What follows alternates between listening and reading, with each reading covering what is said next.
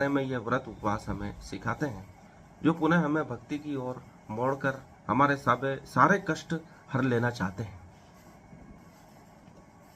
श्री गणेश हमें मालिक बनना सिखाते हैं। मालिक बनने की कला किस प्रकार सीखें, वह स्वयं दृष्टा के रूप में उपस्थित रहकर अपने सभी कार्यकलाप करते हैं। कभी चिंतित नहीं होते हैं, कभी उनके सिर पर माथे पर सल हमें देखने को नहीं मिलता है।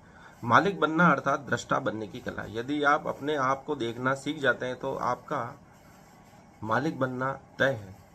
तो आप मालिक बन जाते हो और मालिक बनते ही आप किसी भी कार्य को गलत नहीं कर सकते हो। किसी भी कार्य को मालिक अगर वॉच कर रहा है, देख रहा है, तो अपने नीचे काम करने वाले व्यक्तियों से गलत काम नहीं ले सकता है। वह उनके गुण दोष ढूंढकर उन्हें सही राह पर लाने का प्रयास करेगा। वो जो गलत कार्य कर रहे हैं उनको टोकेगा कि तुम ये गलत कर रहे हो। वैसे ही आप अपने शरीर के मन के मालिक बन जाते हो। उसके बाद आपका मन और शरीर गलत कार्य नहीं कर सकता है, वह आपके नियंत्रण में आ जाता है। फिर आप असंयमित नहीं रह सकते हो। जो आप सफलता प्राप्त करना चाहते हो उसके लिए आपकी आत्मा अर्थात आप जो मालिक बन बैठे हो उसको लगातार बाध्य करोगे, संयमित करोगे, नियमित करोगे, तपश्चर्या करवाओगे और आपको एक दिन अवश्य सफलता मिल जाएगी। गणेश जी हमें यही सिखाते हैं। परंतु आज के युग में हम देखते हैं कि आज मालिक एआई बनता जा रहा है। एआई या इसके मालिक डाटा के द्वारा हर चीज, व्यक्ति और कंपनी इस संसार पर नियंत्रण कर लेना चाहते हैं। एआई के द्वारा वे प्रत्येक मनुष्य का डाटा स्टोर कर रहे हैं, जिससे उन पर नियंत्रण करना संभव हो जाएगा। डाटा द्वारा हमारी हर आदत, सोच, विचार, इच्छाएं स्टोर की जा रही है, जिसका उपयोग करके हमें नियंत्रित किया जा सकता है।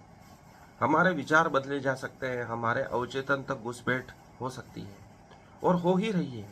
हमारा सामाजिक ताना बाना, जीवन तहस नहस नष्ट हो सकता है और हो ही रहा है।